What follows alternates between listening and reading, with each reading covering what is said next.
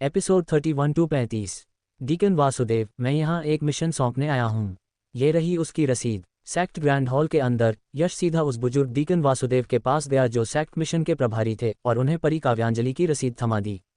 ठीक है, मुझे देखने दो। जैसे ही डीकन वासुदेव ने सिर उठाया और यश को देखा, उनकी आवाज़ अचानक से अटक गई। मुझे जहाँ तक याद है, तुमने सिर्फ एक ही मिशन लिया था, वो जो परी काव्यांजलि ने पोस्ट किया था। तुमने इसे इतनी जल्दी पूरा कर लिया। कहीं तुम मुझसे मजाक तो नहीं कर रहे? बुजुर्ग डीकन वासुदेव की आंखों में हैरानी साफ झलक रही थी। ये रही रसीद, खुद ही देख लीजिए एल्डर। डीकन वासुदेव ने यश के हाथ से रसीद झपटी, उसे गौर से देखा और फिर से सुन्न रह गए। ये तो असली है, तुमने सच में इसे पूरा कर दिया। अरे लड़के, मुझे एक बात बता, परी काव्यांजलि के स्पॉटेड सिवेट को आखिर हुआ क्या था? पिछले एक महीने से एल्डर से लेकर इनर और आउटर सेक्ट डिसाइपल तक कोई भी उसका इलाज नहीं कर पाया। तूने ये कमाल कैसे कर दिखाया? डीकन वासुदेव, कृपया पहले मुझे मेरे सेक्ट कॉन्ट्रीब्यूशन पॉइंट्स का इनाम तो दे दीजिए, यश ने एक हल्की सी मुस्कान के साथ कहा। अपनी आइडेंटिटी प्लेट लाओ। यश ने अपनी आइडेंटिटी प्लेट आगे बढ़ा दी। डीकन वासुदेव के हाथ में एक स्पिरिचुअल लाइट चमकी और काम हो गया। ठीक है, 500 सेक्ट कॉन्ट्रीब्यूशन पॉइंट्स तुम्हारे खाते में डाल दिए गए हैं। अब जल्दी से बता, उस स्पॉटेड सिवेट का माजरा क्या था? वो एक राज है। मुस्कुराते हुए यश ने अपनी प्लेट वापस ली और मुड़कर जाने लगा, जबकि डीकन वासुदेव वहीं खड़े खड़े भुनाभुनाते रह गए। ये छोकरा बेवजह रहस्य बना रहा है और मुझे कुछ नहीं बता रहा। लगता है मेरी जान लेकर ही मानेगा। यश ने जैसे ही सेक्ट ग्रैंड हॉल के बाहर कदम रखा, आसमान से अचानक एक साया नीचे उतरा और उसका रास्ता रोक लिया। यश, काव्यांजलि के स्पॉटेड सिवेट को कौन सी बीमारी थी और तूने उसका इलाज कैसे किया? सफ़ेद कपड़ों में खड़े उस नौजवान शिवांग ने सीधे सीधे पूछा। यश ने जानबूझकर परेशानी भरा चेहरा बनाया। सीनियर ब्रदर शिवांग, मैं सच में ये नहीं बता सकता। नहीं बता सकता? शिवांग की भौहें तन गईं और अचानक उसके हाथ में एक पिल की बोतल आ गई। 10 ब्लड एसेंस पिल। बस मेरे सवाल का जवाब दे और ये सब तेरी। यश ने फिर से एक कड़वी मुस्कान के साथ सिर हिलाया। कृपया समझने की कोशिश कीजिए सीनियर ब्रदर शिवांग, मेरे पास इसे न बताने की एक बहुत बड़ी वजह है। 20 ब्लड एसेंस पिल। शिवांग का चेहरा एकदम ठंडा पड़ गया। उसने अपना सिर ऊंचा किया और यश की तरफ इस तरह घूरा जैसे वह कोई कीड़ा हो। उसकी नज़रों में यश बस भाव बढ़ा रहा था। उसने ऐसे बहुत से लालची लोग देखे थे। 30 पिल, 40 पिल, 50 पिल। मुझे माफ़ कर दीजिए सीनियर ब्रदर, पर मैं सच में कुछ नहीं बता सकता। अगर और कोई काम नहीं है तो मैं चलता हूँ। 50 ब्लड एसेंस पिल की पेशकश के बाद भी यश टस से मज़ नहीं हुआ, जिससे शिवांग गुस्से से आग बबूला हो गया। उसकी नज़रों में यश हद से ज़्यादा लालची हो रहा था। 50 ब्लड एसेंस पिल का मतलब था एक आम आउटर सेक्ट डिसाइपल के लिए पूरे 1 साल की खुराक। मिस्टिक क्लाउड सेक्ट के बाहर तो इतनी पिल से कई जिंदगियां खरीदी जा सकती थीं। यश को मुड़कर जाते देख शिवांग की आवाज़ बर्फ जैसी ठंडी हो गई। एक बोतल कंडेंसिंग ट्रू पिल। यश, इंसान को अपनी हद और संतोष करना आना चाहिए। आसपास खड़े जो भी इनर और आउटर सेक्ट डिसाइपल ये नज़ारा देख रहे थे, शिवांग की इस पेशकश पर उनकी आंखें फटी की फटी रह गईं। एक कंडेंसिंग ट्रू पिल की कीमत ब्लड एसेंस पिल से कई गुना ज़्यादा होती थी और यह बेहद दुर्लभ थी। कंडेंसिंग ट्रू पिल्स की एक पूरी बोतल देखकर तो किसी इनर सेक्ट डिसाइपल की भी नीयत डोल जाती। इनर सेक्ट डिसाइपल्स के बीच एक कंडेंसिंग ट्रू पिल के बदले 7 या 8 ब्लड एसेंस पिल आसानी से मिल जाती थी और लोग इसके लिए आपस में लड़ने को तैयार रहते थे। यश के चेहरे पर एक ऐसी मुस्कान आ गई जो रोने से भी ज़्यादा दर्दनाक लग रही थी। माफ़ करना सीनियर ब्रदर शिवांग, मैं सच में नहीं बता सकता। यश, मैं आखिरी बार कह रहा हूँ, जो पूछा है वो बता दे, वरना मैं तेरा यहाँ जीना हराम कर दूंगा। इससे पहले कि यश अपनी बात पूरी कर पाता, शिवांग का चेहरा गुस्से से लाल हो गया।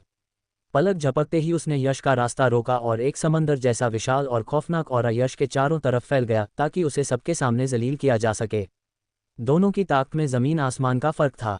अगर शिवांग ने अपना पूरा ऑरा बाहर निकाल दिया तो यश जैसे आउटर सेक्ट डिसाइपल की तो बात ही छोड़िए, एक इनर सेक्ट डिसाइपल भी घुटनों पर आ जाता। जैसे ही पहाड़ जैसा भारी ऑरा उस पर हावी होने लगा, यश की आंखों में गुस्सा छलक आया। उसका शरीर थोड़ा झुका और फिर एक स्प्रिंग की तरह उछल गया, स्नैक स्प्रिंग ग्रास।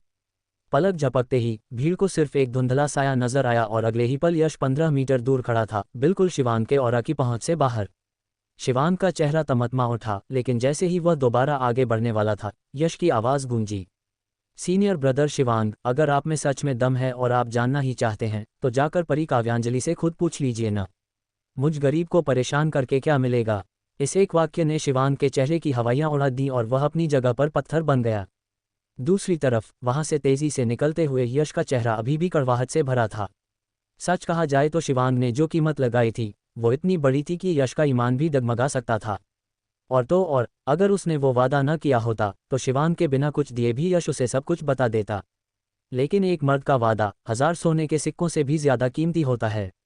परी काव्यांजलि से अलग होते वक्त उसने यश से गुजारिश की थी कि वो स्पॉटेड सिवेट की असली हालत के बारे में किसी को न बताए।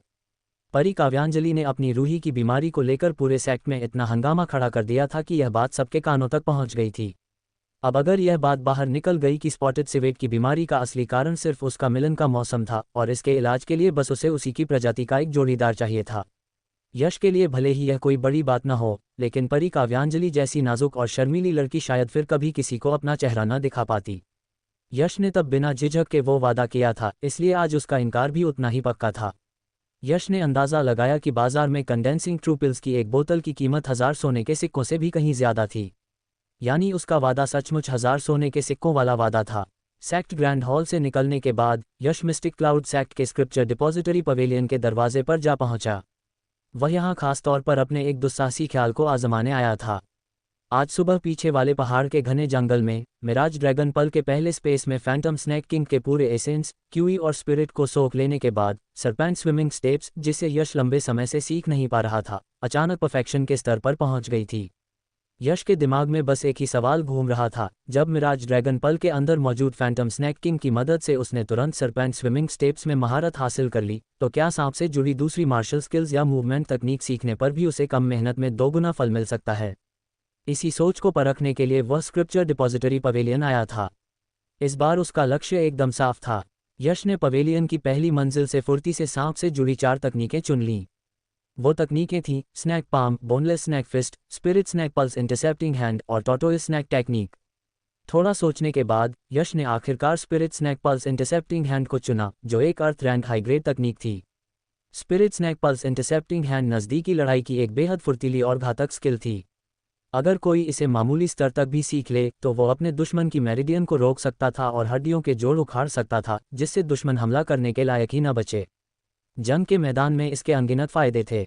Spirit snack pulse intercepting hand earth rank high grade, इसके लिए 150 सैक्ट कॉन्ट्रीब्यूशन पॉइंट्स लगेंगे। पहली मंजिल की पहरेदारी कर रहे उस बुजुर्ग सेक्ट डीकन ने यश की चुनी हुई किताब देखकर कहा।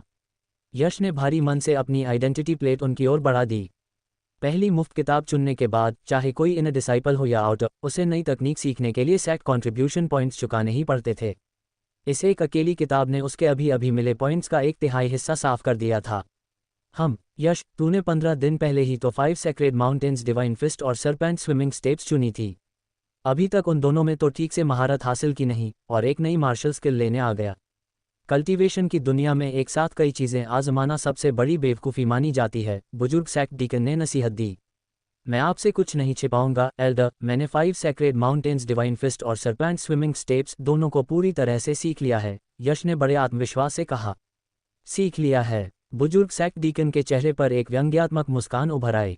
मान लिया कि तूने 5 सेक्रेड माउंटेन्स, डिवाइन फिस्ट सीख ली होगी, लेकिन जहां तक सरपेंट स्विमिंग स्टेप्स का सवाल है, 6 महीने की खून पसीना एक करने वाली मेहनत के बिना उसकी शुरुआत समझना भी नामुमकिन है। नौजवान, अपनी औकात से बड़ा निवाला चबाने की कोशिश मत कर। मेरी मान, एक ही मार्शल स्किल पर ध्यान लगा। वैसे भी जो spirit snack pulse intercepting hand तूने चुनी है, उसे सीखना भी सरपेंट स्विमिंग स्टेप से कम मुश्किल नहीं है। यश बस एक कड़वी मुस्कान के साथ रह गया।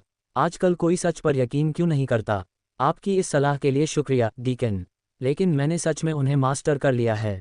यश अभी भी उस बुजुर्ग सेक्ट डीकन के प्रति बहुत सम्मान दिखा रहा था, जो उसे इतने धीरज से समझा रहे थे। अड़ियल और बेवकूफ़ लड़का। यश की जिद देखकर बुजुर्ग सेक्ट डीकन थोड़े झुंझला गए और उसे समझाना छोड़ दिया। उन्होंने जल्दी से कागजी कार्यवाही पूरी की और spirit snack pulse intercepting hand की किताब यश की तरफ उछाल दी।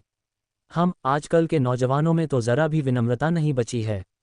15 दिन में सरपेंट स्विमिंग स्टेप्स में महारत। क्या तुझे सच में लगता है कि मेरी आंखें? श्वास। अगले ही पल यश का शरीर थोड़ा झुका और एक बिजली की तरह उछलते हुए 15 मीटर दूर जाकर खड़ा हो गया। उसने उसी जगह बुजुर्ग सेक्ट डीकन को अपना हुनर दिखा दिया था। हालांकि यश ने अभी भी अपनी पूरी ताकत का इस्तेमाल नहीं किया था। अगर वह पूरी जान लगा देता तो स्नैक स्प्रिंग ग्रास की एक ही छलांग कम से कम 30 मीटर की दूरी तय कर लेती। लेकिन उसका ये आधा अधूरा प्रदर्शन भी बुजुर्ग सेक्ट डीकन के होश उड़ाने के लिए काफ़ी था, जिनका मुंह इतना खुला रह गया था कि उसमें एक पूरा मुक्का समा जाए। सरपेंट स्विमिंग स्टेप्स का सबसे मुश्किल हिस्सा स्नैक स्प्रिंग ग्रास। इस लड़के ने सच में इसे सीख लिया। कुछ देर बाद भी बुजुर्ग सेक्ट डीकन की आंखों में गहरा सदमा साफ दिख रहा था। अपना कमाल दिखाने के बाद यश अब spirit snack pulse intercepting hand के पन्ने पलटता हुआ आगे बढ़ रहा था। जैसे जैसे वह किताब पढ़ता, उसका शरीर कुछ अजीब तरीकों से मुड़ता, बीच बीच में उसके हाथ पैर कुछ डरावने और नुकीले वार करते और उसके चेहरे की मुस्कान चौड़ी होती जा रही थी। उसका अंदाज़ा बिल्कुल सही था। Spirit snack pulse intercepting hand, जिसे बुजुर्ग सेक्ट डीकन इतना मुश्किल बता रहे थे, अब यश को एकदम बच्चों का खेल लग रही थी। वह कुछ बेहद मुश्किल दांव पेंच भी बड़ी आसानी से कर पा रहा था। यश ने अंदाज़ा लगाया कि उसे spirit snack pulse intercepting hand में पूरी तरह ढलने में आधा दिन भी नहीं लगेगा। थोड़े से और समय के साथ वह इसे परफेक्शन तक पहुंचा सकता था। तब तक परफेक्शन के स्तर वाली सरपेंट स्विमिंग स्टेप्स या नई spirit snack pulse intercepting hand, 5 sacred mountains divine fist और ट्रू एसेंस की उन कुछ बूंदों के साथ यश सच में आउटर सेक्ट डिसाइपल्स के बीच छाती तानकर खड़ा हो सकता था। ये सोचकर यश के कदम और तेज हो गए। वह जल्दी से वापस लौटकर इस नई तकनीक का अभ्यास शुरू करना चाहता था। कुछ ही देर में यश डोंगलेई पीक पर अपने कमरे में पहुंच गया। जैसे ही उसने दरवाज़ा खोला, वह सन्न रह गया। उसके कमरे में 2 लोग मौजूद थे, काले कपड़ों में 2 आउटर सेक्ट डिसाइपल, जिनकी बुरी तरह से पीट पीट कर हालत खराब कर दी गई थी। योजक चिन्ह, योजक चिन्ह, योजक चिन्ह। सुशांत, चिराग, तुम लोग यहाँ क्या कर रहे हो? और तुम्हारे चेहरों को ये क्या हो गया है? यश ने हैरानी भरे लहजे में पूछा। यश ने काले कपड़ों में अपने कमरे में अचानक प्रकट हुए इन दोनों आउटर सेक्ट डिसाइपल्स को पहचान लिया था। ये दोनों असल में उसी के सिंघा वंश से ताल्लुक़ रखते थे। यश का ताल्लुक ब्लैक वाटर किंगडम के मार्शल पीस कमांड्री में मौजूद गोल्डन सिटी काउंटी के सिंघा परिवार से था। सिंघा वंश वहां का एक बहुत बड़ा और दबदबे वाला खानदान था और यश का परिवार उस खानदान की एक छोटी सी शाखा था। हर साल सिंघा वंश अपने भीतर से अच्छे ब्लडलाइन टैलेंट वाले होनहार युवाओं को चुनता था और उन्हें मार्शल आर्ट सीखने के लिए मिस्टिक क्लाउड सेक्ट में भेजता था, ताकि खानदान की ताकत और बढ़ सके। अगर कोई युवा किस्मत से एक आउटर सेक्ट डिसाइपल के तौर पर मिस्टिक क्लाउड सेक्ट में अपनी जगह बना लेता, तो खानदान के अंदर उसके पूरे परिवार का रुतबा काफ़ी बढ़ जाता था। बेशक ये बात सिर्फ उन युवाओं के लिए थी जिनका ब्लडलाइन टैलेंट इतना बेहतरीन होता था कि उन्हें सीधा आउटर सेक्ट डिसाइपल बना लिया जाता था। एक बार जब ये युवा मिस्टिक क्लाउड सेक्ट में शामिल हो जाते, तो उन्हें न केवल अपने परिवार से सालाना संसाधनों का पूरा सपोर्ट मिलता, बल्कि पीछे उनके परिवार को भी हर जगह वीआईपी ट्रीटमेंट दिया जाता था। लेकिन यश जैसे युवा, जिनका ब्लडलाइन टैलेंट काफ़ी कमज़ोर था, पर वो हार मानने को तैयार नहीं थे और अपनी ज़िद पर यूटिलिटी डिसाइपल बनकर मिस्टिक क्लाउड सेक्ट में घुस गए थे, उन्हें परिवार की तरफ से कोई संसाधन नहीं मिलते थे। उल्टे, अगर उन्हें कभी मिस्टिक क्लाउड सेक्ट से धक्के मारकर निकाल दिया जाता, तो उनका पूरा परिवार समाज में हंसी का पात्र बन जाता था। परिवार का कोई सपोर्ट न होने की वजह से यश के माता पिता के लिए उसकी ज़रूरतें पूरी करना बहुत ही मुश्किल काम था। सुशांत और चिराग, जो आज अचानक यश के कमरे में टपक पड़े थे, वो भी सिंघा वंश के ही युवा थे और यश के हमउम्र थे। लेकिन सुशांत और चिराग के पास 4 पल्स मीडियम ग्रेड और 4 पल्स लो ग्रेड जैसी शानदार प्रतिभाएं थीं, इसलिए उन दोनों को सीधे आउटर सेक्ट डिसाइपल बनने के लिए चुना गया था। जब वो दोनों मिस्टिक क्लाउड सेक्ट के लिए सिंघा खानदान से विदा हुए थे, तो पूरे खानदान ने एक बहुत बड़ी दावत रखी थी और ढोल नगाड़ों के साथ उन्हें शहर से बाहर छोड़ा गया था। यश को ऐसा कोई सम्मान नहीं मिला था, सिर्फ उसके माता पिता ने ही उसे चुपचाप शहर की सीमा तक छोड़ दिया था। सीधे तौर पर आउटर सेक्ट डिसाइपल बनने वाले सिंघा खानदान के ये लाडले हमेशा यश जैसे यूटिलिटी डिसाइपल को नीची नज़रों से देखते थे। यश भी गजब का स्वाभिमानी था। जब वो शुरुआत में यूटिलिटी पीक पर आया था और कुछ लोगों ने उसकी जमकर रैगिंग की थी, तब भी उसने एक बार भी मदद के लिए इन लोगों का दरवाज़ा नहीं खटखटाया था। यही वजह थी कि यश का अपने इन भाइयों से न के बराबर कोई वास्ता था। इसीलिए सुशांत और चिराग को इस तरह लहूलुहान और पिटी हुई हालत में अपने दरवाजे पर देखकर यश बुरी तरह हैरान था। यश को अंदर आते देख चिराग, जो यश की ही तरह एक छोटी शाखा वाले परिवार से था, उसने कोई खास प्रतिक्रिया नहीं दी, लेकिन सुशांत, जो सीधे मुख्य खानदान से था, एकदम से खड़ा हो गया। ये सब तुम्हारी वजह से हुआ है, ये सब। सुशांत बहुत झटके से खड़ा हुआ था और काफ़ी तेज़ आवाज़ में चिल्लाया था। इससे अनजाने में उसके होंठ के किनारे लगा घाव खींच गया और दर्द के मारे उसकी चीख निकल गई। उसकी ये शक्ल देखकर यश की हंसी छूट गई। दांत क्या दिखा रहा है?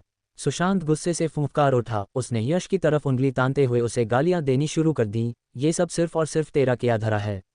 मेरा किया धरा? यश का चेहरा उलझन से भर गया। क्या अब तू अपनी गलती मानेगा भी नहीं? अगर तूने हर्षल से इतनी बुरी तरह पंगा ना लिया होता, तो क्या वो अपना सारा गुस्सा हम पर निकालता? क्या तेरा दिमाग खराब हो गया है या तू पैदाइशी बेवकूफ़ है? उससे उलझने से पहले तूने ये पता करने की जहमत भी नहीं उठाई कि आखिर हर्षल है कौन? सुशांत उछल उछल कर गालियां दे रहा था। असल में बात ये थी कि आज दिन में जब हर्षल ने पहाड़ी रास्ते पर यश को रोककर उससे लड़ने की कोशिश की थी तो परी काव्यांजलि और शिवांग ने उसे बुरी तरह झाड़ दिया था। शिवांग के एक ही हमले ने तो हर्षल का चेहरा लगभग बिगाड़ ही दिया था। इस एक घटना की वजह से हमेशा गुंडागर्दी करने वाले हर्षल की आउटर सेक्ट डिसाइपल्स के बीच जमकर बेइज्जती हुई थी। हर्षल की इतनी हिम्मत तो थी नहीं कि वो परी काव्यांजलि या शिवांग से पंगा ले सके, इसलिए उसने अपना सारा गुस्सा यश की तरफ मोड़ दिया। लेकिन यश तो काव्यांजलि के साथ वहां से निकल गया था, जिससे हर्षल का गुस्सा अंदर ही अंदर उबलने लगा। न जाने कहां से हर्षल को ये भनक लग गई कि आउटर सेक्ट डिसाइपल सुशांत और चिराग उसी खानदान के हैं जिसका यश है। उसने एक छोटा सा बहाना बनाया और उन दोनों की जमकर कुटाई कर दी। सुशांत की गालियों को सुनकर यश ने भी पूरा मामला अपने दिमाग में जोड़ लिया था। यश को चुप खड़ा देख सुशांत और भी जोर जोर से चिल्लाने लगा। यश, एक इनर सेक्ट डिसाइपल भी आसानी से हर्षल से उलझने की हिम्मत नहीं करता, और तूने उसी से पंगा ले लिया। अब मैं यहाँ जिंदा कैसे रहूंगा? तू एक नंबर का बेवकूफ़ है, लेकिन कम से कम हमें तो अपने साथ गड्ढे में मत खींच, समझ में आया? सुशांत की बदतमीजी हदें पार करने लगी थी। वो लगभग यश की नाक पर उंगली रखकर चिल्ला रहा था। यश, चुपचाप हमारे साथ चल, जाकर हर्षल के पैरों में गिर जा और उससे माफ़ी मांग, वरना निकल जा यहाँ से। यश, जिसके चेहरे पर अब गहरी नफरत और गुस्सा छा गया था, अचानक एक घायल शेर की तरह दहाड़ा। उसकी वो दहाड़ किसी बिजली के कड़कने जैसी थी, जिसने सुशांत को वहीं का वहीं सुन्न कर दिया। उस एक दहाड़ में यश की ताकतवर ब्लड ऑरा समाई हुई थी। सिर्फ एक आवाज़ ने सुशांत को कई कदम पीछे धकेल दिया। हालांकि यश को सुशांत और चिराग से कोई खास लगाव नहीं था, फिर भी उसके मन में एक हल्की सी ग्लानि थी कि वे दोनों उसकी वजह से पिटे थे। लेकिन सुशांत की लगातार गालियों और बदतमीजी ने वो बची खुची हमदर्दी भी खत्म कर दी थी। निकल जा, दफा हो जा यहाँ से इसी वक्त। मैंने हर्षल से पंगा लिया है और मैं आखिरी सांस तक उससे लड़ूंगा। अगर वो मुझे पीट पीट कर मार भी डाले तो भी मैं उसके सामने घुटने टेक कर माफ़ी नहीं मांगूंगा। तुम दोनों बिना रीढ़ की हड्डी वाले काया हो। थू। यश ने ज़मीन पर थूका और गुस्से से दरवाजे की तरफ इशारा करते हुए चिल्लाया। यश का ये रौद्र रूप देखकर सुशांत हक्का बक्का रह गया। उसे होश में आने में कुछ पल लगे, जिसके बाद उसने पागलों की तरह अपनी ही नाक पर उंगली रखी और चिल्लाया, तेरी इतनी हिम्मत कि तू मुझे यहाँ से निकलने को कह रहा है? यश, तू जानता भी है मैं कौन हूँ? तुझे पता है मेरी हैसियत क्या है? और तू मुझे गालियाँ दे रहा है? बस एक बुज़दिल का जिसे हर्षल ने कुत्तों की तरह पीटा है। यश ने तंज कसा। सुशांत की आंखें अचानक खूंखार हो गईं। तू मेरी बेइज्जती कर रहा है। यश, तुझे इस बात का भारी पछतावा होगा। क्या तुझे लगता है कि सिंघा खानदान की सालाना सभा कोई मजाक है? तो अब तू मुझे धमकी दे रहा है?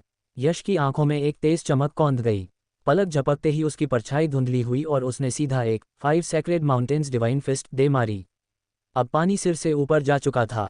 तुझे आउटर सेक्ट डिसाइपल बने अभी 1 महीना ही हुआ है और तेरी मुझ पर हाथ उठाने की हिम्मत हो गई। लगता है तेरी मौत आई है। एक तीखी चीख के साथ सुशांत के चारों तरफ तेज हवाएं चलने लगीं। उसने भी यश के वार का जवाब अपने एक बेहद तेज मुक्के से दिया। विंड ब्रेकिंग फिस्ट, एक mortal rank high grade martial skill जो अपनी बेतहाशा रफ्तार के लिए जानी जाती थी। सुशांत का मुक्का बहुत तेज था, लेकिन यश की फुर्ती उससे भी कहीं ज्यादा थी। सरपेंट स्विमिंग स्टेप्स का इस्तेमाल करते हुए उसका शरीर एक बहुत ही अजीब तरीके से लहराया और यश अगले ही पल सुशांत की नज़रों के सामने से गायब हो गया। बैंग! सुशांत की बाईं पसलियों पर एक जोरदार मुक्का पड़ा और उसका चेहरा तुरंत पीला पड़ गया। चिराग, जो किनारे बैठा हुआ था, सदमे में उछल पड़ा। उसने सोचा था कि सुशांत अपनी ताकत से यश को आसानी से धूल चटा देगा, लेकिन यहाँ तो सुशांत एक ही झटके में ढेर हो गया था। और ये तब था जब यश ने खुद को रोक रखा था और उसने अपने ट्रू युआन का बिल्कुल इस्तेमाल नहीं किया था, वरना उसका ये एक मुक्का सुशांत को इतना गहरा अंदरूनी घाव देता कि वह खून की उल्टियां करने लगता। तेरी मुझे मारने की हिम्मत कैसे हुई? चिराग, इस पर एक साथ हमला कर। आज चाहे इसे बंदी ही क्यों न बनाना पड़े, हम इस लड़के को घसीटते हुए हर्षल के सामने माफ़ी मांगने ले जाएंगे, वरना आगे से हमारा यहाँ जीना नामुमकिन हो जाएगा।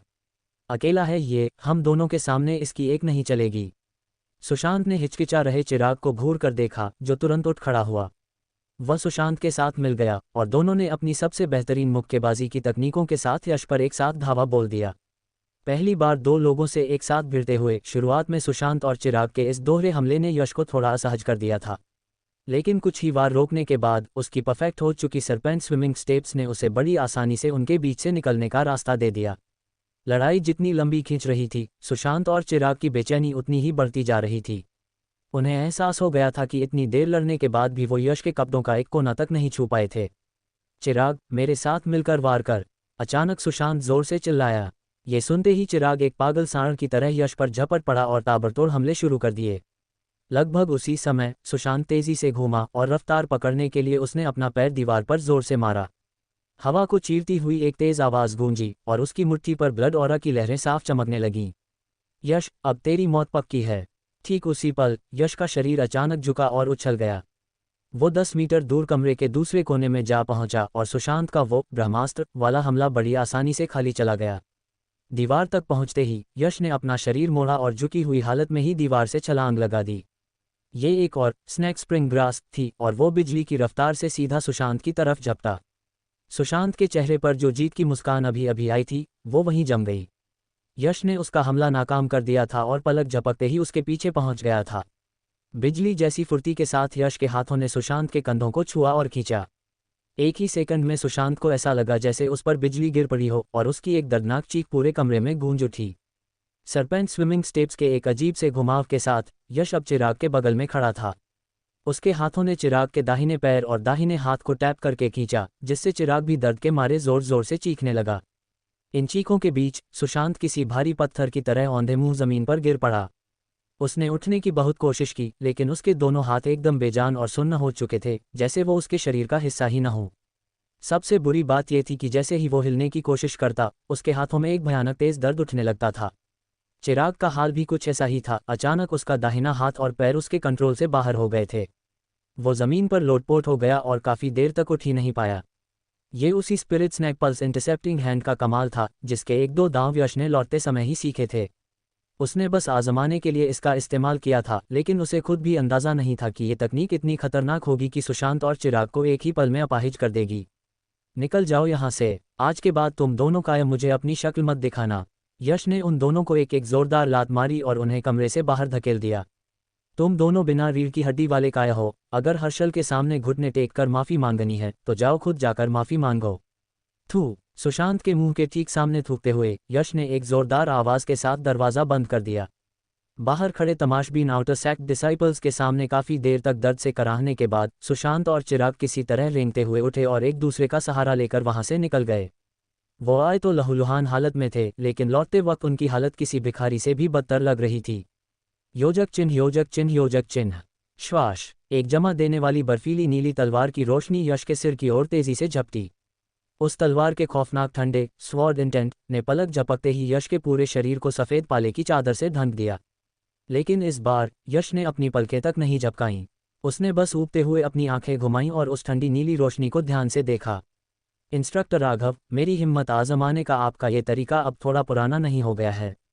यश ने उस नीली रोशनी को घूरते हुए बेहद आलस भरे लहजे में कहा। हल्के नीले रंग के चोगे पहने और तलवार जैसी तीखी भौहों वाले इंस्ट्रक्टर राघव, जिनका रौब किसी भी खूंखार योद्धा को पानी पिलाने के लिए काफी था, बिना किसी आहट के यश के सामने प्रकट हो गए। मुझे लगा था कि तू हमारी वो 1 महीने वाली अपॉइंटमेंट भूल चुका है और मैं अपनी तलवार लेकर तुझ जैसे धोखेबाज के टुकड़े करने ही वाला था। मैंने उम्मीद नहीं की थी कि तू सच में यहाँ आ जाएगा। यश के माथे से एकदम से ठंडा पसीना छूटने लगा। उसे ऐसा लगा जैसे इंस्ट्रक्टर राघव की ऊपर से नीचे तक घूरती हुई नजरें उसके शरीर पर बस एक ऐसी जगह ढूंढ रही हो जहां वो अपनी तलवार उतार सकें।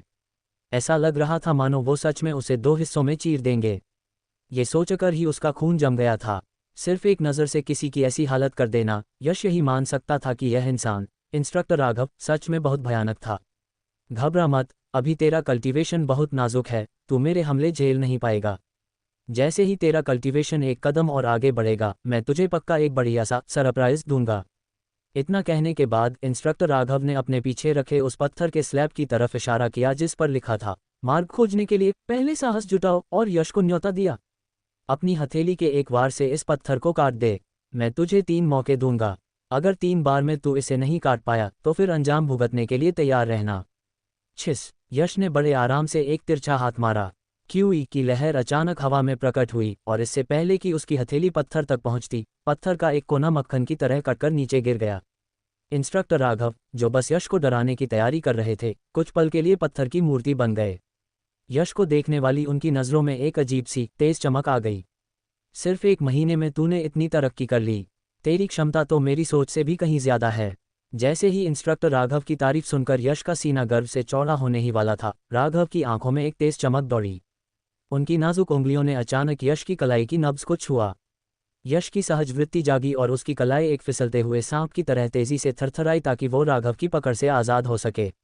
लेकिन इंस्ट्रक्टर राघव की वो उंगलियां किसी सांप के सबसे बड़े दुश्मन की तरह थीं, सिर्फ एक हल्के से दबाव ने यश को हिलने डुलने तक के लायक नहीं छोड़ा। यश ने बस अपनी कलाई में एक कंपन महसूस किया और उसके तुरंत बाद एक जमा देने वाली ताकत उसके शरीर में घुस गई। यश की नब्ज पर रखी वो उंगलियां भले ही ठंडी लग रही हों, लेकिन जो ताकत उसके शरीर के अंदर दौड़ रही थी वो बर्फ से भी ज्यादा सर्द थी। उस ठंडी ताकत ने एक अजीब कंपन के साथ यश के शरीर में प्रवेश किया और उसके डेंटियन के अंदर मौजूद ब्लड ऑरा और ट्रू एसेंस की कुछ बूंदें ऐसे उबलने लगी जैसे आग पर रखा पानी उबलता है। ट्रू एसेंस की वो कुछ बूंदें जिनका इस्तेमाल यश बिल्कुल नहीं करना चाहता था, वो बेकाबू होकर अचानक बाहर की ओर दौड़ी और उसकी बांह को चारों तरफ से घेर लिया। ट्रू एसेंस की 3 बूंदें। बहुत बढ़िया, तो तेरी हिम्मत इतनी बढ़ गई है कि तू मेरे ही सामने अपना कल्टीवेशन छुपा रहा था। क्या तुझे सच में लगता है कि मेरी आंखें अंधी हैं? इससे पहले कि वो अपनी बात पूरी करते, यश के मन में खतरे की घंटी बज गई। अगले ही पल वो अचानक हवा में उड़ रहा था, उसे ऐसे ऊपर नीचे दाएं और बाएं पटका जा रहा था जैसे किसी भयानक तूफान में फंसी एक छोटी सी नाव हो। इंस्ट्रक्टर राघव के हाथों में यश किसी पहिए की तरह तेजी से घूम रहा था। पलक झपकते ही उसके सिर और पैरों में फर्क कर पाना मुश्किल हो गया। उस हालत में यश कोई इंसान नहीं बल्कि इंस्ट्रक्टर राघव के हाथों की कठपुतली लग रहा था। जब यश का पेट बुरी तरह मथने लगा और चक्कर आने से उसका सिर घूमने लगा, तब जाकर इंस्ट्रक्टर राघव ने उसे दूर उछाल दिया। बस एक आखिरी बात कहकर वो बड़े ही शान से मुड़े और अंदर आंगन की तरफ चले गए। जब तेरी उल्टियां रुक जाएं तो अंदर आ जाना। जब यश लड़खड़ाते कदमों से इंस्ट्रक्टर राघव के आंगन में पहुंचा, तब भी उसका सिर घूम रहा था। भगवान जाने इंस्ट्रक्टर राघव ने उसे किस रफ्तार से घुमाया था। उस पल यश को ऐसा लगा था जैसे उसके हाथ पैर शरीर से उखड़कर दूर गिर जाएंगे। वो एक ऐसा भयानक अनुभव था जिसे वो जिंदगी में दोबारा कभी महसूस नहीं करना चाहता था। तेरे कल्टीवेशन की रफ्तार मेरी सोच से कहीं ज्यादा अच्छी है, इसलिए मैं तुझे जो इनाम दूंगा वो भी थोड़ा बड़ा ही होगा।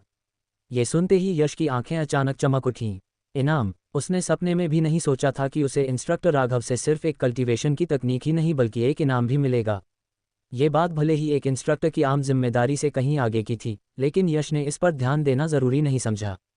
3 महीने। अगर तू अगले 3 महीनों के अंदर अपने शरीर के सारे ब्लड ऑरा को ट्रू एसेंस में बदलकर ट्रू एसेंस रेल में अपना लेवल बढ़ा लेता है, तो मैं तुझे एक human rank high grade cultivation manual इनाम में दूंगा। एक human rank high grade cultivation manual? सच में? यश का चेहरा पूरी तरह से सदमे और हैरानी से भर गया।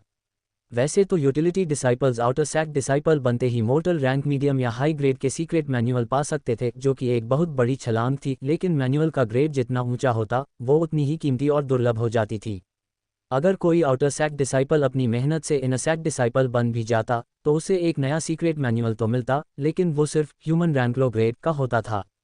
सिर्फ वे ही इनर सैक डिसाइपल जो अपनी लड़ाई के दम पर हेवन रैंकिंग में अपनी जगह बनाते या सैक्ट के किसी बड़े कंपटीशन में बेहतरीन नतीजे देते, उन्हें ही मोर्टल रैंक मीडियम ग्रेड तकनीक जीतने का मौका मिलता था। जहां तक ह्यूमन रैंक हाई ग्रेड तकनीकों का सवाल था, किसी आम इनर सैक डिसाइपल के लिए उसे हासिल करना लगभग नामुमकिन था। ऐसा कहा जाता था कि मिस्टिक क्लाउड सैक्ट की मुख्य तकनीक, जिसे केवल सैक्ट के मुखिया ही सीख सकते थे, वो भी सिर्फ अर्थ रैंक इंटरमीडिएट ग्रेड की थी। इसी बात से अंदाज़ा लगाया जा सकता था कि एक human rank high grade cultivation तकनीक कितनी ज़्यादा अनमोल थी। इसके साथ ही हाई ग्रेड तकनीकों के कल्टीवेशन की रफ्तार और ताकत के मामले में अपने अलग ही फ़ायदे थे। अगर यश को ये human rank high grade cultivation तकनीक समय से पहले मिल जाती तो इससे उसे जो फ़ायदा होने वाला था उसका कोई हिसाब नहीं था। बिल्कुल, शर्त बस इतनी सी है कि तुझे 3 महीने में ट्रू एसेंस रेल तक पहुंचना होगा। 3 महीने। तब जाकर यश को इंस्ट्रक्टर राघव की रखी हुई इस शर्त की गंभीरता समझ आई और उसके होश उड़ गए। ये शर्त बस मुश्किल नहीं थी, ये तो सरासर नामुमकिन थी। एक आम स्थिति में अगर किसी आउटर सैक डिसाइपल ने ट्रू एसेंस की अपनी पहली बूंद बना भी ली हो, तब भी उसे अपने पूरे ब्लड ऑरा को ट्रू एसेंस में बदलने और सच में ट्रू एसेंस रेल में कदम रखने में कम से कम 1 साल का वक्त लगता था। और वो भी तब जब वो डिसाइपल हर रोज ब्लड एसेंस पिल खाता हो। उस रहस्यमयी स्टोन मैरो स्पिरिट लिक्विड के होते हुए भी यश के लिए 3 महीने में ये काम कर पाना मुमकिन नहीं था। अगर वो अपनी सबसे तेज रफ्तार भी आजमाता तब भी उसे आधा साल तो लग ही जाता। इंस्ट्रक्टर राघव, मेरे साथ मजाक करना बंद कीजिए। 3 महीने में ये सब बिल्कुल नामुमकिन है, यश ने एक कड़वी मुस्कान के साथ कहा। क्या हो अगर मैं इसमें ये भी जोड़ दूं? यश के सामने अचानक एक दवा की बोतल आ गई जिस पर बड़े अक्षरों में कंडेंसिंग ट्रूपिल लिखा हुआ था। एक बोतल? यश ने पूछा। हाँ, पूरी एक बोतल। एक बोतल से कुछ नहीं होगा, 4 या 5 बोतलें होंगी तो बात बन सकती है। इंस्ट्रक्टर राघव को इतना मेहरबान होते देख यश ने जानबूझकर एक बड़ी और बेतुकी मांग रख दी। यश के इतना कहते ही इंस्ट्रक्टर राघव एक खूंखार शेर की तरह भड़क उठे और पागलों की तरह दहाड़ने लगे। कंडेंसिंग ट्रू पिल्स की 4-5 बोतलें? तू सीधे 8-10 क्यों नहीं मांग लेता? अगर इतनी सारी कंडेंसिंग ट्रू पिल्स मैं किसी सुअर को भी खिला दूं ना, तो वो भी ट्रू एसेंस रेल में पहुंच जाएगा। फिर मुझे तुझे मोटिवेट करने के लिए कोई इनाम देने की क्या ज़रूरत है? कंडेंसिंग ट्रू पिल्स की 1 बोतल लेना है तो ले, वरना दफ़ा हो जा यहाँ से, वरना आज के बाद जब भी तू मुझे दिखेगा मैं सच में तेरी बोटी बोटी कर दूंगा। गुस्से में आग बबूला इंस्ट्रक्टर राघव अब सीधे सीधे धमकी पर उतर आए थे। आखिरकार यश ने थोड़ी झिझक के साथ कंडेंसिंग ट्रू पिल्स की वो बोतल अपने हाथों में ले ली। मैं पूरी कोशिश करूंगा। तुझे कोशिश नहीं करनी है, तुझे ये करना ही होगा। अगर तू ये नहीं कर पाया तो मैं तुझे जिंदा नहीं छोड़ूंगा। यश का चेहरा शर्म से लाल हो गया। करो तो भी मार खाओ, ना करो तो भी टुकड़े किए जाओ। क्या इंस्ट्रक्टर राघव कुछ ज्यादा ही हिंसक नहीं थे? कुछ पल की खामोशी के बाद यश ने एक लंबी सांस ली। उसने अपने हाथ में पकड़ी कंडेंसिंग ट्रू पिल्स की बोतल को ऊपर उठाया और बहुत ही गंभीर लहजे में पूछा, इंस्ट्रक्टर राघव, क्या आप मुझे बता सकते हैं कि आखिर क्यों आप मुझ पर इतने मेहरबान क्यों हैं? आप मुझे तकनीक भी दे रहे हैं और पिल्स भी। जहां तक मुझे याद है पहले कभी किसी आउटर सेक्ट डिसाइपल को आपसे इस तरह की गाइडेंस नहीं मिली। यश का ये सवाल सुनकर इंस्ट्रक्टर राघव को जरा भी हैरानी नहीं हुई। उल्टे उन्होंने एक व्यंग्यात्मक मुस्कान के साथ कहा, क्या हुआ, डर गया क्या? तुझे लग रहा है कि मैंने तेरे लिए कोई बहुत बड़ा गड्ढा खोदा है और मैं बस तेरे उसमें गिरने का इंतजार कर रहा हूं। अगर तू डरपोक है तो वो पिल्स यहीं छोड़ और निकल जा यहां से। और हाँ, अगर दिखा तो मैं तुझे छोड़ूंगा नहीं। डर कैसा? ठीक है, 3 महीने का ही तो सौदा है। राघव की इस चुभती हुई बात ने यश का खून खौला दिया। उसने कंडेंसिंग ट्रू पिल्स की बोतल कसकर पकड़ी और मुड़कर बाहर की तरफ चल दिया। जैसे ही राघव के चेहरे पर जीत की एक हल्की मुस्कान आई, यश अचानक पीछे मुड़ा और वापस उनकी तरफ चलने लगा, जिससे उनके चेहरे की मुस्कान गायब हो गई। इंस्ट्रक्टर राघव, कल्टीवेशन से जुड़ा एक और सवाल है जो मेरी समझ में नहीं आ रहा। मैं इसके बारे में आपसे थोड़ी सलाह चाहता था, यश ने कहा। ये सुनकर कि यश सिर्फ कल्टीवेशन के बारे में कुछ पूछना चाहता था, इंस्ट्रक्टर राघव ने राहत की सांस ली। एक पल के लिए तो उन्हें लगा था कि ये लड़का पीछे हटने वाला है। पूछ। इंस्ट्रक्टर राघव, मुझे वजह तो नहीं पता, लेकिन जब मैं essence blood primordial body art का अभ्यास कर रहा था तो मैंने बिना मैरो क्लींजिंग और बॉडी को मजबूत किए सीधा ब्लड रिफाइनिंग 4th लेवल से ब्लड रिफाइनिंग 5th लेवल तक छलांग लगा ली। थोड़ा रुकने के बाद यश ने फिर से एक कड़वी मुस्कान के साथ कहा, अगर मैं सच कहूं तो मैंने आज तक एक भी मैरो क्लींजिंग पिल नहीं खाई है। अगले ही पल इंस्ट्रक्टर राघव एक बार फिर यश पर भड़क उठे, क्या तेरा दिमाग खराब है? तेरे पास एक इन्नेट प्योर बॉडी है, तेरा शरीर पहले से ही जेड पत्थर की तरह एकदम शुद्ध है। तुझे मैरो क्लींजिंग और बॉडी टेम्परिंग की क्या ज़रूरत है? अगर तू मेरा डिसाइपल होता तो मेरी बेइज्जती कराने से पहले मैं तुझे एक थप्पड़ मारकर यहीं ख़त्म कर देता। इससे पहले कि इंस्ट्रक्टर राघव अपनी बात पूरी करते, यश उनके खौफनाक ऑरा से इतना डर गया था कि उसने पीछे मुड़कर भी नहीं देखा और वहां से 9-2-11 हो गया। उसके पीछे से इंस्ट्रक्टर राघव की दहाड़ अभी भी गूंज रही थी। तुझे क्या लगता है मेरा दिमाग खराब है? अगर तेरे पास इन्नेट प्योर बॉडी नहीं होती तो एक बोतल तो क्या, कंडेंसिंग ट्रू पिल्स की 10 बोतलें पीकर भी तू 3 महीने में ट्रू एसेंस रेल तक नहीं पहुंच पाता। भागते हुए बाहर आ चुके यश ने खुद से बुदबुदाया, क्या अभी कुछ देर पहले इन्होंने ये नहीं कहा था कि अगर सही मात्रा में कंडेंसिंग ट्रू पिल्स दी जाएं तो एक सुअर भी ट्रू एसेंस रेल में जा सकता है? यश ने सपने में भी नहीं सोचा था कि इन्नेट प्योर बॉडी का असर इतना चमत्कारिक होता है। अगर ऐसा है तो उस स्टोन मैरो स्पिरिट लिक्विड का फायदा तो उसकी सोच से भी कहीं ज्यादा था। इंस्ट्रक्टर राघव के कमरों के अंदर यश के वहां से भागते ही अपने रंग बिरंगे कपड़ों में सजी परी काव्यांजलि अपने हाथों में स्पॉटेड सिवेट को लिए राघव के पीछे आ खड़ी हुई। बस भी कीजिए ब्रदर राघव, वो जा चुका है, देखिए तो आपने बेचारे को कैसे डरा दिया। परी काव्यांजलि ने कहा, अरे वाह, इस लड़के ने तेरी इस प्यारी सी जान को क्या बचा लिया, अब तुझे उस पर तरस आने लगा है। इंस्ट्रक्टर राघव की इस छेड़छाड़ पर परी काव्यांजलि को स्पॉटेड सिवेट की बीमारी का असली कारण याद आ गया और उसका खूबसूरत चेहरा अचानक शर्म से लाल हो गया। ऐसी कोई बात नहीं है, अभी भी कह रही है कि ऐसा नहीं है। मैंने बस एक बात क्या कह दी, तेरा चेहरा तो टमाटर जैसा लाल हो गया। बात करते करते दोनों हंसने और मजाक करने लगे। थोड़ी देर बाद परी काव्यांजलि एकदम गंभीर हो गई और बोली, ब्रदर राघव, क्या आपने एक बात नोटिस की? इस यश के पास अपने कुछ गहरे राज हैं। एक आउटर सेक्ट डिसाइपल के तौर पर सिर्फ 1 महीने के अंदर इसका cultivation blood refining 3rd level से सीधे ब्लड रिफाइनिंग 5th लेवल तक पहुंच गया है। ये रफ्तार तो लगभग रियांश की कल्टीवेशन स्पीड के बराबर है। और आज दोपहर को एक फैंटम स्नैक किंग रहस्यमयी तरीके से बस एक खाली खोल बनकर रह गया। हालांकि उसने कहा कि वहाँ कुछ आसुरी ताकतें थीं, पर मुझे अंदर से हमेशा ऐसा लगता है कि कुछ तो है जो सही नहीं है। परी काव्यांजलि के ये सवाल सुनकर इंस्ट्रक्टर राघव की तलवार जैसी तीखी भौहें थोड़ी नीचे हुईं और उनकी नज़रें अचानक बहुत गहरी हो गईं। मेरी छोटी बहन, इस दुनिया में ऐसा कौन है जिसके अपने कोई राज नहीं होते? तू ही बता, क्या हमारे अपने राज नहीं हैं? वो भी तो बहुत सारे हैं। थोड़ा रुकने के बाद इंस्ट्रक्टर राघव ने आगे कहा, और रही बात राज छुपाने वालों की, तो काव्यांजलि, तू खुद हमारे मिस्टिक क्लाउड सेक्ट का सबसे बड़ा राज है। योजक चिन्ह योजक चिन्ह योजक चिन्ह। एक लंबी सांस छोड़ते हुए यश ने धीरे धीरे अपनी आंखें खोलीं। उसकी आंखों में निराशा की एक गहरी परत साफ झलक रही थी। अभी तक कोई ब्रेकथ्रू नहीं हुआ। 3 महीने, पूरे 3 महीने होने में बस 3 दिन बाकी थे। पिछले लगभग 3 महीनों से सेक्ट के ज़रूरी कामों को छोड़कर यश ने अपने कमरे से कदम तक बाहर नहीं निकाला था और एक तपस्वी की तरह कल्टीवेशन में जुटा हुआ था। इंस्ट्रक्टर राघव द्वारा वादा किए गए उस human rank high grade cultivation manual को पाने के लिए यश अपनी जान की बाजी लगाने पर उतर आया था। सिर्फ एक ह्यूमन रैंक लो ग्रेड की essence blood primordial body art ने ही यश को एक एडवांस कल्टीवेशन तकनीक की ताकत का स्वाद चखा दिया था, तो कोई भी अंदाज़ा लगा सकता था कि एक ह्यूमन रैंक हाई ग्रेड तकनीक, जिसे पाना एक इनसेक्ट डिसाइपल के लिए भी लगभग नामुमकिन था, वो यश के लिए कितना बड़ा लालच थी। इन 3 महीनों की जी तोड़ मेहनत के दौरान राघव की दी हुई कंडेंसिंग ट्रूपिल्स की वो बोतल कब की खत्म हो चुकी थी, और पिछले लगभग 3 महीनों में जो स्टोन मैरो स्पिरिट लिक्विड उसने इकट्ठा किया था वो भी लगभग पूरा इस्तेमाल हो चुका था। सिर्फ इतना ही नहीं, यश ने इन 3 महीनों में सेक्ट के कामों से जो 200 सेक्ट कंट्रीब्यूशन पॉइंट्स कमाए थे और उसके पहले के जो 350 पॉइंट्स बचे थे, वो सब के सब कंडेंसिंग ट्रूपिल्स खरीदने में खर्च हो चुके थे। एक पिल की कीमत 100 पॉइंट्स थी और अब उसके पास सिर्फ 50 पॉइंट्स ही बचे थे। अभी कुछ ही देर पहले यश ने अपनी आखिरी कंडेंसिंग ट्रूपिल भी खा ली थी, लेकिन फिर भी वो अपने ब्लड ऑरा को पूरी तरह ट्रू एसेंस में बदलकर ट्रू एसेंस रेल में अपना ब्रेकथ्रू पूरा नहीं कर पाया था। बस आखिरी कदम बाकी था। जैसे ही यश अपने डेंटियम के अंदर बने हुए उस ब्लड ऑरा के बवंडर को ट्रू एसेंस में बदल लेता, उसके पूरे शरीर का ऑरा ट्रू एसेंस में बदल जाता और वो पूरी तरह से ट्रू एसेंस रेल में पहुंच जाता। लेकिन इस आखिरी मंजिल पर आकर यश पिछले 6-7 दिनों में 3 पूरी कंडेंसिंग ट्रूपिल्स खा चुका था, पर फिर भी कोई असर नहीं हो रहा था। लगता है मैं एक बॉटलनेक में फंस गया हूँ। जब भी कोई कल्टीवेटर किसी रुकावट बॉटलनेक का सामना करता है, तो बंद दरवाजों के पीछे आंखें मूंदकर कल्टीवेशन करने से वो परेशानी हल नहीं होती। आमतौर पर इस तरह की रुकावट को तोड़ने के 2 ही तरीके होते हैं। पहला है लड़ाई, चाहे किस्मत से, इंसानों से या खूंखार जानवरों से। शायद जिंदगी और मौत के बीच झूलने वाली किसी भयानक लड़ाई के बाद ये रुकावट टूट जाए। और दूसरा तरीका है दिमाग की शांति।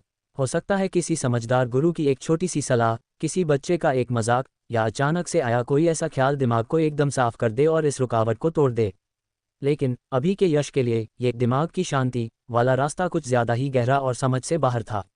अब जब वो इस रुकावट में फंस ही गया था, तो इसे तोड़ने का सबसे बेहतरीन तरीका सिर्फ एक ही था, लड़ाई। एक धमाकेदार, खून खौला देने वाली लड़ाई। असल में यश की ये पागलों वाली मेहनत सिर्फ इंस्ट्रक्टर राघव का इनाम जीतने के लिए नहीं थी, बल्कि इसके पीछे कुछ और कारण भी थे, जैसे किसी की जमकर हड्डियां तोड़ना। अगर मिस्टिक क्लाउड सेक्ट के डोंगलई पीक पर सबसे चहल पहल वाली जगह का नाम लिया जाए, तो वो था वहाँ का कैफेटेरिया, खासकर दिन के तीनों खाने के वक्त। उन आउटर सेक्ट डिसाइपल्स को छोड़कर जो किसी मिशन पर गए हों, लगभग 90% डिसाइपल्स यहीं खाना खाने आते थे। इसीलिए 1000 मीटर से भी ज़्यादा में फैले इस डोंगलई पीक के कैफेटेरिया में अक्सर कुछ ऐसी गर्मागर्म घटनाएं हो जाती थीं, जैसी कि आज होने वाली थी। यश ने आलू और मीट के स्टू का एक बड़ा कटोरा साफ किया और उसका सूप भी आखिरी बूंद तक पी गया। बड़े आराम से अपना मुंह पोंछने के बाद उसकी नज़रें चारों तरफ घूमी और इस विशाल कैफेटेरिया में उसे अपने शिकार की परछाई मिल ही गई। श्वास। अपने हाथ के एक हल्के झटके के साथ यश के हाथ में पकड़ी चॉपस्टिक्स ने हवा को चीरती हुई एक तेज सीटी की आवाज़ निकाली और 100 मीटर दूर रखी एक खाने की मेज़ की तरफ किसी तीर की तरह उड़ चली। उस तेज़ आवाज़ को सुनते ही यश की चॉपस्टिक्स के रास्ते में आने वाले हर एक आउटर सेक्ट डिसाइपल ने बिना किसी देरी के अपना सिर नीचे कर लिया। ऐसी चीज़ें कैफेटेरिया में रोज़ की बात थीं, वो सब इसके आदी हो चुके थे। जाहिर है, जो इसकी आदत नहीं डालते थे, उनका अंजाम या तो ये होता था कि कोई उड़ने वाली चॉपस्टिक उनके खाने की प्लेट पलट देती, या फिर वो सीधे उनके शरीर के आर पार हो जाती। यश का शिकार विराट उस हवा चीरने वाली आवाज़ को सुनते ही समझ गया था कि ये चॉपस्टिक्स उसी की तरफ आ रही हैं, भले ही वो इतनी दूर से फेंकी गई थीं। लेकिन विराट बड़े आराम से बैठा रहा। जैसे ही यश की फेंकी हुई चॉपस्टिक्स उसके पास पहुंची, विराट के हाथ में पकड़ी चॉपस्टिक्स बिजली की रफ्तार से बाहर निकली, ताकि वो उस हमले को हवा में ही रोक सके। विराट के हाथों की चॉपस्टिक्स ने बिल्कुल सही निशाने पर यश के हमले को रोक लिया था, लेकिन जैसे ही वो दोनों टकराईं, विराट का हाथ बुरी तरह कांप उठा। कितनी भयानक ताक थी ये! स्नैप! यश के उस थ्रो में इतनी खौफनाक ताक भरी हुई थी कि विराट का वो सटीक बचाव धरे का धरा रह गया और यश की फेंकी हुई चॉपस्टिक्स बीच से ही टूट गईं। टूटी हुई चॉपस्टिक का एक आधा हिस्सा हवा में घूमता हुआ सीधा विराट के सामने रखे सूप के कटोरे में जा गिरा। बैंग! वो इतनी जोरदार ताक थी जैसे किसी घोड़े ने कटोरे में लात मार दी हो और एक ही पल में सारा सूप चारों तरफ छलक गया। बिना किसी तैयारी के बैठे विराट के सिर और चेहरे पर वो पूरा सूप जाकर गिरा। उसकी हालत अब किसी जोकर से कम नहीं लग रही थी। वूश! ये नज़ारा देख रहे सारे आउटर सेक्ट डिसाइपल्स जोर जोर से ठहाके लगाकर हंसने लगे। गुस्से से विराट का चेहरा हरा पड़ गया और वो झटके से खड़ा हो गया। अपने चेहरे से सूप पोंछते हुए वो अभी गालियां देने ही वाला था कि तभी यश की तेज दहाड़ गूंजी। विराट, क्या तुझमें मुझसे, यश से लड़ने की हिम्मत है? यश ने दूर से ही सूप से सने विराट की तरफ अपनी उंगली से इशारा करते हुए उसे ललकारा। मेरी हिम्मत कैसे नहीं होगी? यश, मैं तेरे पूरे खानदान को, मैं तेरा मार्शल आर्ट्स एरिना में इंतजार करूंगा। और हाँ, पहले अपना ये बिगड़ा हुआ मुंह धो लेना। इससे पहले कि गुस्से से उबलता विराट अपनी गालियां पूरी कर पाता, यश ने एक हल्का सा ताना मारा और मुड़कर वहां से चला गया। यश, मैं तेरे 10,000 टुकड़े कर दूंगा। उबलता हुआ विराट अब पूरी तरह से बेकाबू हो चुका था। अपना बाहरी कोट उतारकर और जल्दी जल्दी अपने सिर और चेहरे से सूप साफ करके विराट ने यश की धुंधली पड़ती परछाई का पीछा करना शुरू कर दिया। कैफेटेरिया में मौजूद हजारों आउटर सेक्ट डिसाइपल्स भी यश और विराट के पीछे पीछे मार्शल आर्ट्स एरिना की तरफ दौड़ पड़े। उनके अनुभव के हिसाब से कोई चुनौती जितना बड़ा हंगामा खड़ा करती, वो लड़ाई उतनी ही खूनी और रोमांचक होती। अच्छी तरह खा पीकर मस्त बैठे आउटर सेक्ट डिसाइपल्स का ये झुंड हमेशा इसी तरह के रोमांच का भूखा रहता था। इन सब में ललित सबसे तेज भाग रहा था। अपने गोल मटोल और भारी शरीर के बावजूद वह दाएं बाएं छलांगे मारता हुआ सबसे आगे निकल गया और सीधा मार्शल आर्ट्स एरिना की तरफ भागा। एक मौका, ये एक झटके में अमीर बनने का सुनहरा मौका था। पिछली बार जब यश और रुद्र मार्शल आर्ट्स एरिना में भिड़े थे तो उसने कोई सट्टा नहीं लगवाया था, क्योंकि दोनों की ताकत में ज़मीन आसमान का फर्क था और बाद में उसे इस बात का बहुत पछतावा हुआ था। अगर उसने इस बार भी मौका छोड़ दिया तो उसे चुल्लू भर पानी में डूब मरना चाहिए। ललित का आयरन बैंक अब खुल चुका है। भाइयों, अपना सट्टा लगाओ। छोटे दांव मज़े के लिए, बड़े दांव दौलत के लिए, और जो दांव नहीं लगाएगा वो हमेशा के लिए गरीब। आओ और सट्टा लगाओ। विराट, जो अर्थ रैंकिंग में 308वें नंबर पर है, उसका भाव 4 पर 1 है। यश, एक उभरता हुआ सितारा जो सिर्फ 4 महीने पहले यूटिलिटी डिसाइपल से आउटर सेक्ट डिसाइपल बना है, उसका भाव 1 पर 2 है। आओ अपना सट्टा लगाओ। छोटे दांव मज़े के लिए, बड़े दांव दौलत के लिए, जो ना लगाए वो हमेशा के लिए गरीब। पिछले कुछ महीनों में अर्थ रैंकिंग पर विराट की जगह काफ़ी ऊपर जा चुकी थी। यश के मार्शल आर्ट्स एरिना पहुंचने के कुछ ही देर बाद ललित ने अपना सट्टेबाजी का अड्डा वहां जमा लिया था। ललित की अच्छी खासी साख की वजह से लोग लगातार अपना पैसा लगा रहे थे। कुछ ही देर में 100 से ज़्यादा लोगों ने अपना दांव लगा दिया था। मैं विराट पर 500 चांदी के सिक्के लगाता हूँ। मैं यश पर 300 चांदी के सिक्के लगाता हूँ। तू यश पर पैसा क्यों लगा रहा है? उसने एक यूटिलिटी डिसाइपल के तौर पर शुरुआत की थी, जिसका मतलब है कि उसका टैलेंट बिल्कुल बकवास है। क्या हुआ अगर वो आउटर सेक्ट डिसाइपल बन गया? अभी सिर्फ 4 महीने ही तो हुए हैं। उसकी सबसे बड़ी जीत तो बस रुद्र को हराना ही रही है। लेकिन विराट 2 साल से भी ज़्यादा पुराना एक अनुभवी आउटर सेक्ट डिसाइपल है। आधे साल से भी पहले उसका cultivation blood refining 5th level तक पहुंच गया था और उसने बहुत पहले ही अपना ट्रू एसेंस बनाना शुरू कर दिया था, और वो भी कोई छोटी मोटी मात्रा में नहीं। ऐसे में यश कैसे जीत सकता है? तू समझ नहीं रहा है। मैं कमज़ोर दिखने वाले घोड़े पर दांव लगा रहा हूँ। अगर वो जीता तो पैसा एक ही झटके में दोगुना, यानी सीधे एक बड़ी लॉटरी। अगर विराट जीत भी गया तो तुझे क्या मिलेगा? सिर्फ 100 सिक्के। मेरा तो जीतना पक्का है, जैसे रास्ते पर पड़े पैसे उठाना। बस 500 सिक्के फेंको और 100 सिक्के मज़े से कमा लो। विराट ने इतने सालों में जो ताकत कमाई है वो कोई मजाक नहीं है। मैं विराट पर दांव लगा रहा हूँ। मेरा पैसा भी विराट पर। मैं यश पर लगाऊंगा। जब इस लड़के ने सबके सामने उसे चुनौती देने की हिम्मत की है तो ज़रूर इसके पास कोई बेहद खतरनाक चाल होगी। कुछ ही देर में ललित के आयरन बैंक के चारों तरफ लोगों की भारी भीड़ जमा हो गई। हालांकि कुछ मुट्ठी भर लोगों ने ही यश की जीत पर पैसा लगाया था, लेकिन ज़्यादातर लोगों का दांव विराट पर था। बहुत जल्दी ही, क्योंकि इतने सारे लोग विराट के पीछे पड़े थे, ललित ने अपने पेन के एक ही झटके में विराट का भाव 5 पर 1 कर दिया। तब तक विराट भी अपना मुंह साफ करके वहां पहुंच गया और सबसे पहले मार्शल आर्ट्स एरिना में कूद पड़ा। उसने नीचे खड़े यश पर दहाड़ते हुए कहा, यश, तुझे लड़ाई करनी थी ना? चल अब अपने बाप के सामने ऊपर आ जा। मरने की इतनी जल्दी है क्या? मेरा इंतजार कर। यश ने बस विराट को देखकर अपनी आंखें घुमाईं। ललित के आसपास भीड़ को कम होते देख वह सीधा उसी की तरफ चल दिया। योजक चिन्ह, योजक चिन्ह, योजक चिन्ह। सीनियर ब्रदर ललित, क्या मैं दांव में एक मैरो क्लींजिंग पिल लगा सकता हूँ? यश ने ललित के पास जाकर पूछा। इतने शानदार मौके पर अपने लिए कुछ दौलत ना कमाना बेवकूफ़ी ही होती।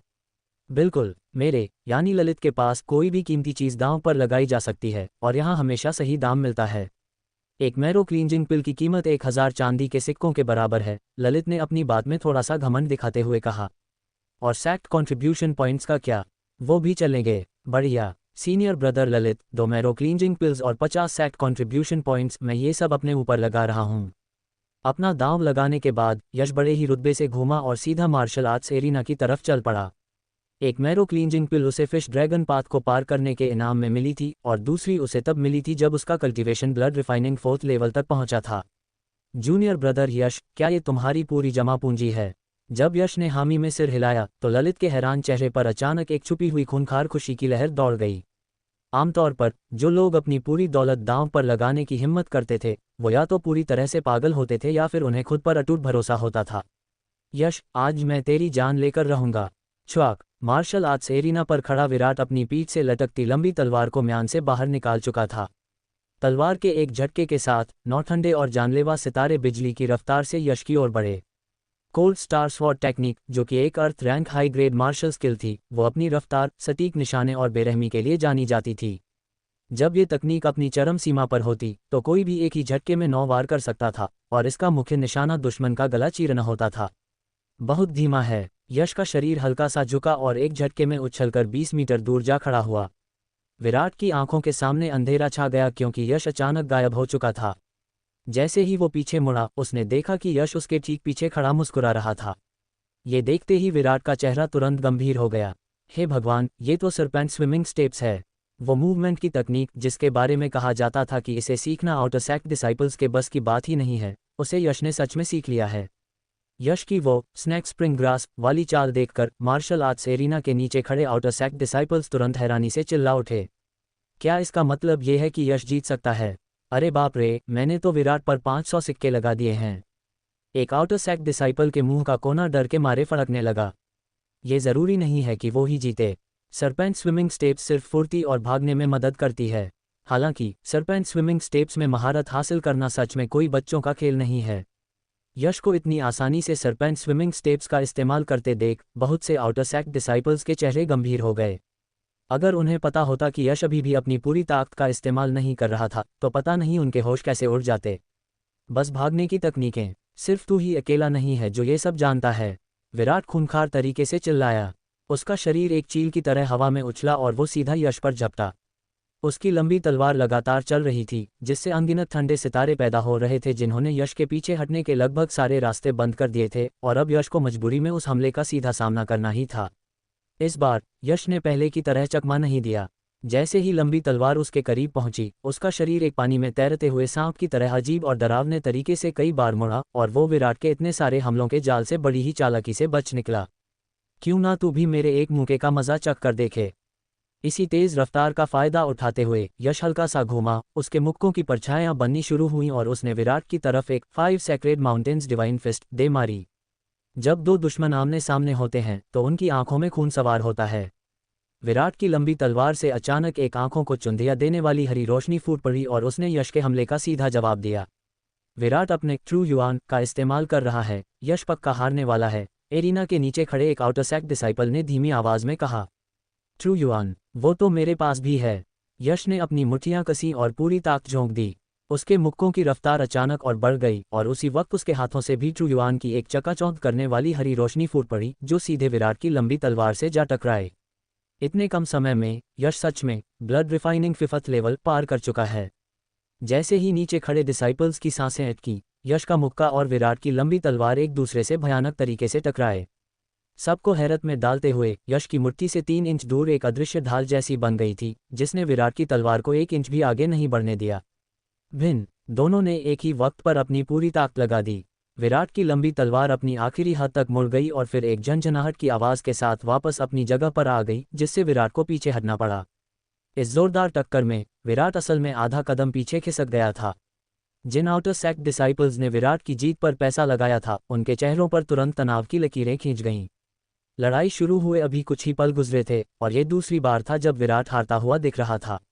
जैसे ही विराट पीछे हटा, यश एक परछाई की तरह उसके पीछे लग गया। उसके हाथों से निकलने वाली हरी रोशनी एक धुंधले गोले में बदल गई थी और उसकी 5 सेक्रेड माउंटेन्स डिवाइन फिस्ट का हर वार पिछले वार से कहीं ज्यादा खूंखार हो रहा था। विराट भी पीछे हटने वाला नहीं था। उसकी लंबी तलवार हवा में इस तरह नाच रही थी मानो उसने हरी रोशनी की एक ऐसी दीवार खड़ी कर दी हो जिसे कोई तोड़ ना सके। अचानक बिना किसी वजह के विराट की आंखों की पुतलियां सिकुड़ गईं। उसकी लंबी तलवार का सीधा निशाना यश की मुट्ठी पर था, लेकिन यश की मुट्ठी पर चमक रही वो हरी रोशनी एक बार टिमटिमाई और फिर बिना किसी चेतावनी के पूरी तरह गायब हो गई। इससे पहले कि विराट को अपनी छाती पर किसी खतरे का एहसास होता, यश की मुट्ठी से गायब हुई वो हरी रोशनी उसके शरीर से बस कुछ ही इंच दूर पहुंच चुकी थी। 5 sacred mountains divine fist qi detachment. उस शानदार और सीधी मानी जाने वाली 5 सेक्रेड माउंटेन्स डिवाइन फिस्ट का इस्तेमाल यश इतने अजीब और खतरनाक तरीके से कर रहा था कि विराट की रूह कांप गई। हालांकि वो ट्रू युआन का फिस्ट हमला हद से ज्यादा तेज था। जिंदगी और मौत के उस पल में विराट सिर्फ अपने दिल, जो कि शरीर का सबसे अहम हिस्सा था, को बचाने के लिए अपने शरीर को हल्का सा मोड़ ही पाया। बैंग! बारूद जैसी खौफनाक ताकत से भरा वो ट्रू युआन सीधा विराट की छाती पर फटा और पलक झपकते ही उसकी छाती खून से लथपथ हो गई। उस हमले के अंदर मौजूद विशाल ताकत ने विराट को हवा में पीछे की ओर उड़ा दिया। यश की परछाई एक बार फिर उसके पीछे लग गई। अब वो अपने दोनों मुक्कों और पैरों का इस्तेमाल कर रहा था। मुक्कों की चमक और पैरों की परछायां विराट के शरीर पर किसी भयानक बारिश की तरह बरसने लगीं। लगातार बजने वाले उन भारी मुक्कों के साथ विराट की हड्डियों के टूटने की आवाजें भी आ रही थीं। विराट के मुंह से बेतहाशा खून बहने लगा। यश विराट को किसी पंचिंग बैग की तरह बेरहमी से पीट रहा था। वो सारे पुराने दृश्य उसकी आंखों के सामने तैरने लगे थे जब विराट ने जानबूझकर उसे परेशान किया था और लगभग उसकी जान ही ले ली थी। ये सब याद आते ही यश की नज़रें पूरी तरह से ठंडी और खूंखार हो गईं।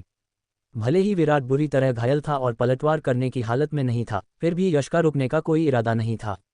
इतना खूनी नज़ारा देखकर मार्शल आर्ट्स एरिना के नीचे खड़े बहुत सारे आउटर सेक्ट डिसाइपल्स एक झटके में सन्न रह गए और वहां एकदम सन्नाटा छा गया। पास ही मार्शल आर्ट्स एरिना की निगरानी कर रहे सेक्ट डीकन उसी वक्त स्टेज पर कूद पड़े और उन्होंने यश को रोका। बस कर यश, तू पहले ही जीत चुका है, अब रुक जा, सेक्ट के नियमों को मत तोड़। हालांकि ये कहा जाता था कि जब भी मिस्टिक क्लाउड सेक्ट के outer sect disciples martial arts arena में कदम रखते थे तो वो अपनी पूरी ताकत लगा देते थे और खुद को रोक नहीं पाते थे, जिसकी वजह से चोट लगना या जान जाना तय होता था। इसलिए किसी को मार देना या अपाहिज कर देना वहां की एक आम बात थी। लेकिन क्योंकि पिछले कुछ सालों में मार्शल आर्ट्स एरिना पर मरने वालों की संख्या बहुत बढ़ गई थी, जहां दुश्मनी रखने वाले कुछ डिसाइपल इसे जिंदगी और मौत की जंग बना देते थे जो तब तक खत्म नहीं होती थी जब तक कोई एक मर न जाए। सेक्ट ने खासकर मार्शल आर्ट्स एरिना पर नज़र रखने के लिए डीकन नियुक्त कर दिए थे। वो आमतौर पर बीच में नहीं बोलते थे, लेकिन अगर एक बार कोई जीत जाता और फिर भी जीतने वाला सामने वाले की जान लेने की नीयत से हमला करता रहता तो वो बीच बचाव जरूर करते थे। बैंग! यश ने बेमन से विराट को एक जोरदार लात मारकर दूर धकेला और फिर रुक गया। अगर सेक्ट डीकन बीच में ना आते तो शायद यश आज सच में विराट की कहानी खत्म कर देता। विराट जैसा इंसान मरने के ही लायक था। यश की जीत के साथ नीचे खड़े वो बहुत से आउटर सेक्ट डिसाइपल जिन्होंने विराट पर पैसा लगाया था, वो अब ठंडी आहें और कराह भरने लगे थे, जबकि वो एक दो लोग जिन्होंने यश पर दांव लगाया था वो खुशी से उछल पड़े थे। इन सब में सबसे ज्यादा खुश था ललित। उसका मोटा चेहरा खुशी से खिलकर एक बड़ा सा गोल मटोल स्माइली बन गया था। इस तरह के किसी छुपे रुस्तम पर लगा दांव उसे एक ही झटके में मालामाल कर सकता था। मज़ा ही आ जाए अगर ये लड़का कुछ और लड़ाइयाँ लड़े। ललित अब यश को कुछ इस तरह देख रहा था मानो उसकी आंखों में खजाना चमक रहा हो। ठीक उसी पल जब यश ने विराट को धूल चटाए, उन दोनों के गले में टंगे आइडेंटिटी तावीज़ हल्के से चमक उठे। अगले ही पल अर्थ रैंकिंग में 308वें नंबर पर विराट की जगह अब यश का नाम जगमगा रहा था। विराट का नाम सीधा लिस्ट से गायब नहीं हुआ था, बल्कि एक स्थान खिसक कर नीचे आ गया था। लेकिन यश की नज़रें अर्थ रैंकिंग में बहुत दूर, सीधे लिस्ट के सबसे ऊपर वाले हिस्से पर टिकी हुई थीं। सीनियर ब्रदर ललित, क्या मुझे उधार में एक एम्पलीफिकेशन तावीज़ मिल सकता है? यश की नज़रें अब जाकर ललित पर टिकीं। एम्पलीफिकेशन तावीज़? हाँ, मेरे पास है, हंसते हुए जवाब दे रहा ललित अचानक खौफ से भर गया। पीछे देख। इससे पहले कि पीछे देख शब्द उसके मुंह से पूरी तरह बाहर निकलते, यश के पीछे से एक खूंखार हवा का झोंका आ चुका था। मार्शल आर्ट्स एरिना पर अधमरा पड़ा विराट अपनी सांसें बटोर चुका था। यश की पीठ को एक जहरीली नफरत के साथ घूरते हुए उसके दिमाग में अचानक एक शैतानी ख्याल आया। उसने अपने शरीर की बची खुची सारी ताकत बटोरी और दूर से ही अपनी लंबी तलवार यश की तरफ खींच मारी। श्वास। विराट की पूरी ताकत से भरी वो लंबी तलवार हवा को चीरती हुई एक भयानक आवाज के साथ सीधा यश की पीठ की तरफ दौड़ी। अपने पीछे आती उस खूंखार हवा की आवाज सुनकर यश की नज़रें पलक झपकते ही ठंडी हो गईं। उसने अपना पैर जमीन पर जोर से मारा और एक चील की तरह हवा में गोता खाकर पलट गया, जिससे विराट की फेंकी हुई वो तलवार खाली निकल गई। और उसी हवा में गोता खाने वाले पल में यश के पैरों ने एक के बाद एक कई जोरदार लातें मारीं। उसके एक पैर ने विराट की तलवार को हल्का सा रास्ता दिखाया, जिससे वो आधी घूम गई और फिर पीछे से एक और भारी लात पड़ी। अचानक विराट की तलवार हवा में एक बड़ा सा गोल चक्कर काटते हुए वापस उसी की तरफ मुड़ गई, और वो भी पहले से कहीं ज्यादा खतरनाक रफ्तार से। पुची। इससे पहले कि खून से लथपथ और बेसुध पड़ा विराट कुछ समझ पाता, उसकी अपनी ही लंबी तलवार ने उसकी छाती को आर पार चीर दिया और वो वहीं का वहीं ढेर हो गया। यश ने अभी भी स्टेज पर खड़े सैक्ट डीकन की तरफ देखा और अपने कंधे उचका दिए, जैसे कह रहा हो कि इसमें मेरा कोई हाथ नहीं है। तूने ये मौत खुद चुनी है। एक हल्की सी आह भरते हुए sect deacon martial arts arena से नीचे कूद गए। विराट की लाश को ठिकाने लगाने के लिए कोई ना कोई आ ही जाएगा। दूर खड़े ललित ने यश की तरफ देखकर खुशी से इशारा किया, और उसी के साथ उसने एक जैद तावीज़ यश की तरफ उछाल दिया। जूनियर ब्रदर यश, तुझे इस एम्पलीफिकेशन तावीज़ की क्या ज़रूरत पड़ गई? इस चीज़ का इस्तेमाल तो कभी कभार हम जैसे व्यापारी ही करते हैं। वैसे इसकी कीमत 100 चांदी के सिक्के है, लेकिन इसे मेरी तरफ से तोहफा समझ ले। यश ने एक रहस्यमयी मुस्कान दी। तुझे अभी पता चल जाएगा। अगले ही पल यश ने अपने हाथ में उस एम्पलीफिकेशन तावीज़ को जोर से कुचल दिया। जैसे ही उसमें से एक हल्की हरी रोशनी निकली, यश की आवाज़, जिसमें अभी अभी विराट को मारने का घमंड और एक रोंगटे खड़े कर देने वाला जानलेवा किलिंग इंटेंट भरा था, डोंगलई पीक के कोने कोने में गूंज उठी। हर्षल, क्या तुझमें अपने बाप यश से भिड़ने की हिम्मत है? मार्शल आर्ट्स एरिना के नीचे खड़े वो बहुत सारे आउटर सेक्ट डिसाइपल्स, जो अपना पैसा हारने की वजह से उतरे हुए चेहरों के साथ वहां से लौट रहे थे, उन पर मानो अचानक बिजली गिर पड़ी हो। यश की तरफ देखने वाली उनकी नज़रें अब पूरी तरह से सदमे से फटी की फटी रह गई थीं।